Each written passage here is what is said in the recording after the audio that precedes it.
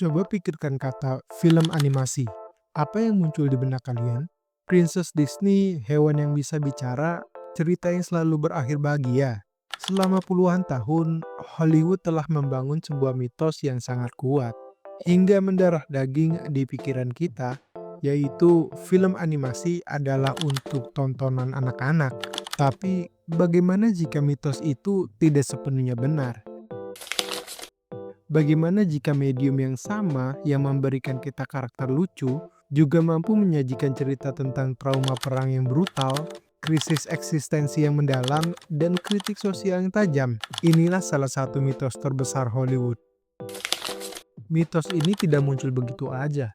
Ia adalah produk dari dua kekuatan besar di pertengahan abad ke-20, strategi bisnis jenius dan sensor yang sangat ketat. Saat Walt Disney merilis Snow White and the Seven Dwarfs pada tahun 1937, ambisinya adalah membuat penonton dewasa tertawa dan menangis. Tapi kesuksesan terbesarnya justru datang dari pemasaran massal kepada keluarga, didukung penjualan mainan dan pernak-pernik yang membanjiri toko bahkan sebelum filmnya rilis.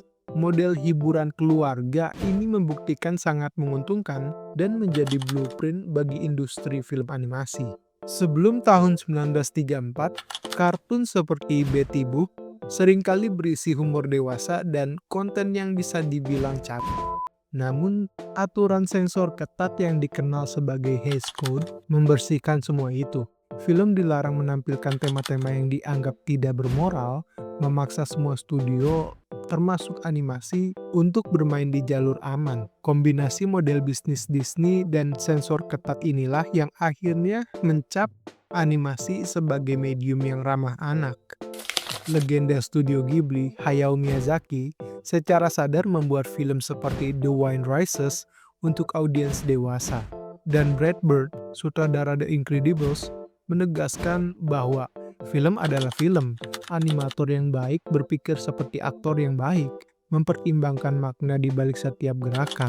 Kata-kata mereka didukung oleh bukti terkuat. Karya-karya itu sendiri, animasi mampu memvisualisasikan apa yang tak terlihat. Rasa dari sebuah trauma, transkrip sebuah depresi, atau gejolak jiwa manusia. Dalam film Grave of the Fireflies, kita tidak hanya melihat perang, kita merasakan keputusasaannya. Ada satu adegan yang tak terlupakan. Kakak beradik Seita dan Setsuko melepaskan kunang-kunang untuk menerangi gua tempat mereka berlindung. Tapi keesokan paginya, semua kunang-kunang itu mati. Setsuko kecil mengubur mereka dan bertanya, mengapa kunang-kunang itu harus mati begitu cepat? Kunang-kunang ini menjadi metafora pedih bagi kehidupan manusia yang rapuh di tengah perang. Simbol ini diperkuat oleh kaleng permen yang tadinya sumber kebahagiaan, kini menjadi tempat abu adiknya.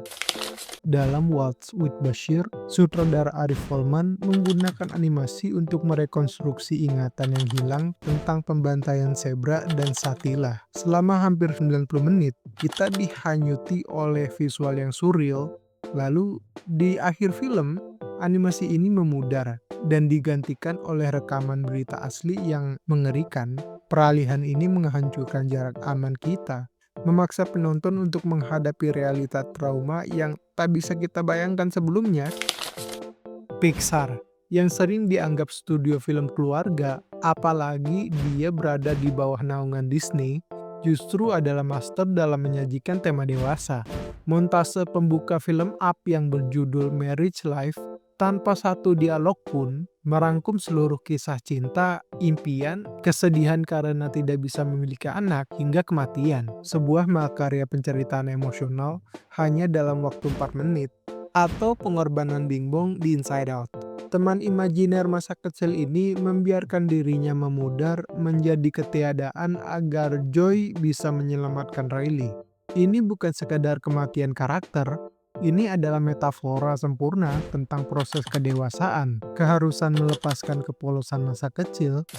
Zootopia mungkin terlihat seperti film detektif hewan yang lucu, tapi di baliknya ada alegori cerdas tentang prasangka dan stereotip. Dalam adegan konferensi pers, Judy Hopps sebagai detektif secara tidak sengaja menyiratkan bahwa predator secara biologis cenderung menjadi buas.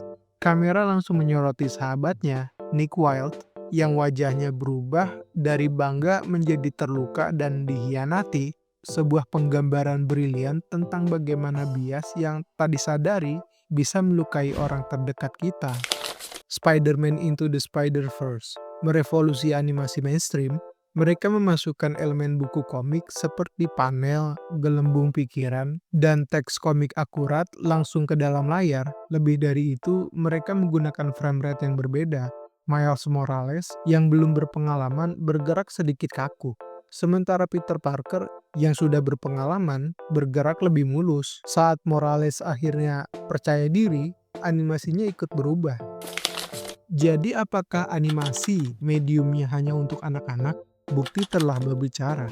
Dari horor perang hingga pertanyaan tentang makna hidup, animasi telah berulang kali membuktikan dirinya sebagai medium yang matang, kompleks, dan kuat secara artistik.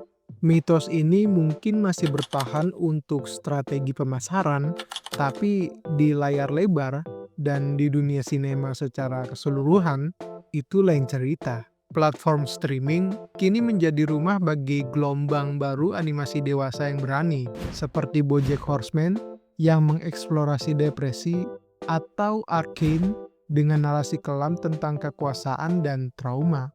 Pada akhirnya, nilailah sebuah film animasi bukan dari mediumnya, tapi dari cerita yang disampaikannya, emosi yang dibangkitkan, dan ide yang dieksplorasinya. Karena animasi bukanlah genre, animasi itu bagian dari sinema itu sendiri.